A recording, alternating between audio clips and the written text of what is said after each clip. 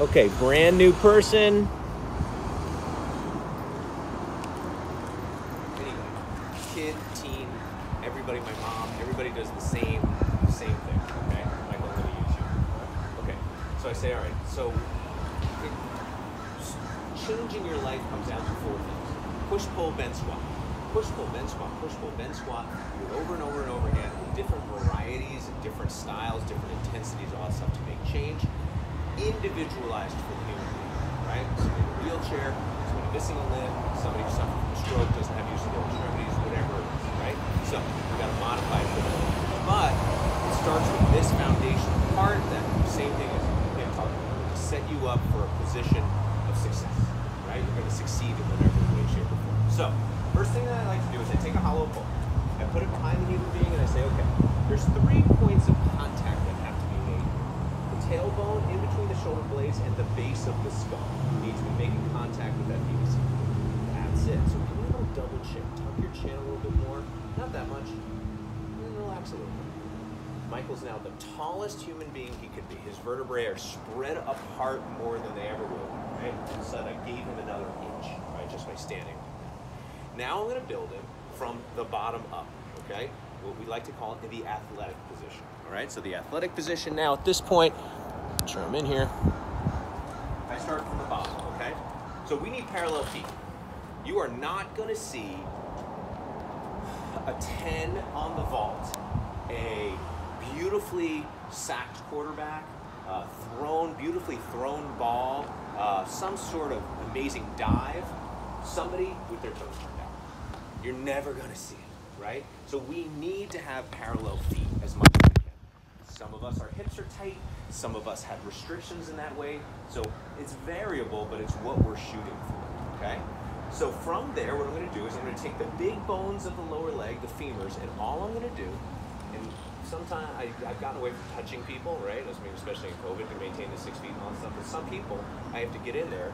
I'm going to rotate your femurs out, okay? Lock your knees out and do that. When you do that, 2 things happen. Your feet arch, which they're supposed to. When it's just standing around, waiting online at the bank, doing whatever we're doing, our feet are supposed to be arched, okay? We collapse our feet, our ankles cave in on each other, we're caving into gravity. We're just getting sloppy.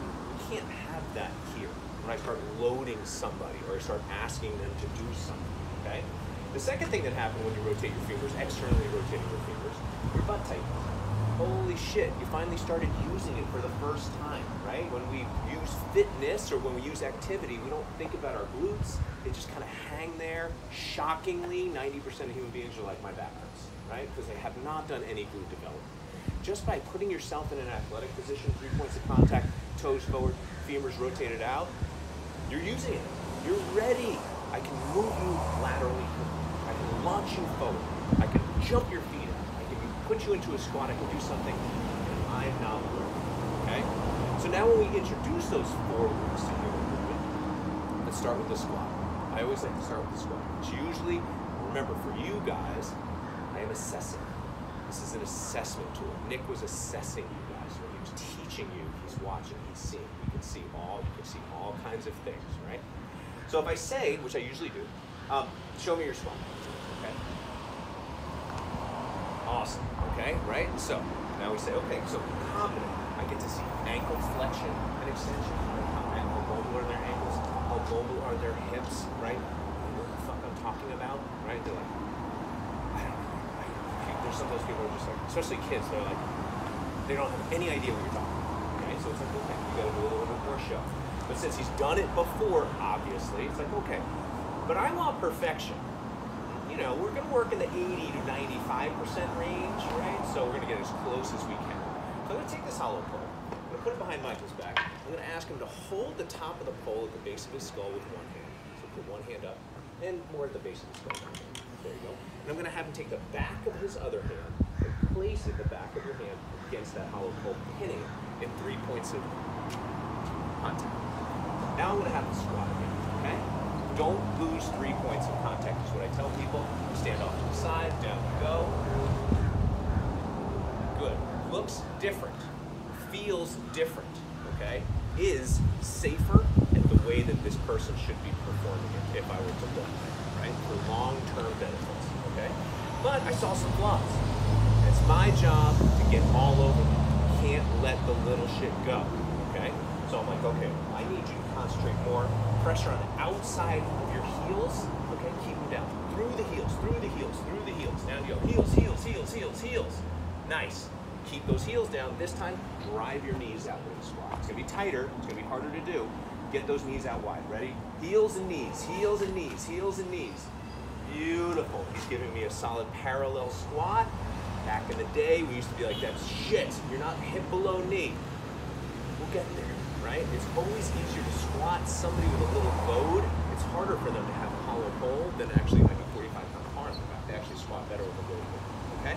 All right, so now that I have you in this position, we taught you how to squat, let's bend.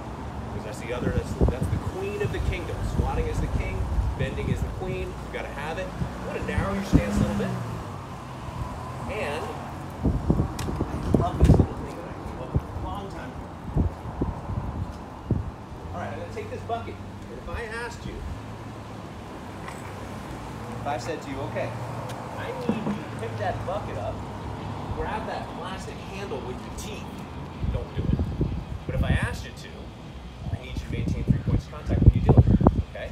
So what's gonna happen is you're gonna bend way more at your hips, way less at your knees.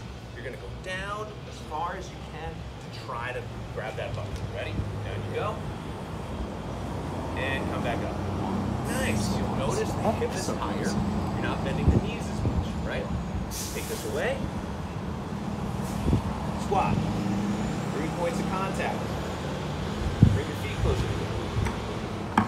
Grab the hollow pole.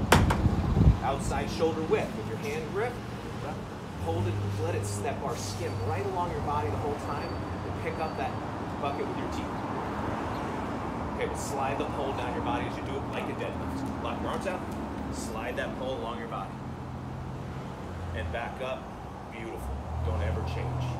Do that every time. Hollow pole, 225 pounds, do it like that, all right? Push and pull's easy, okay? 3 points of contact, bang, bang, bang.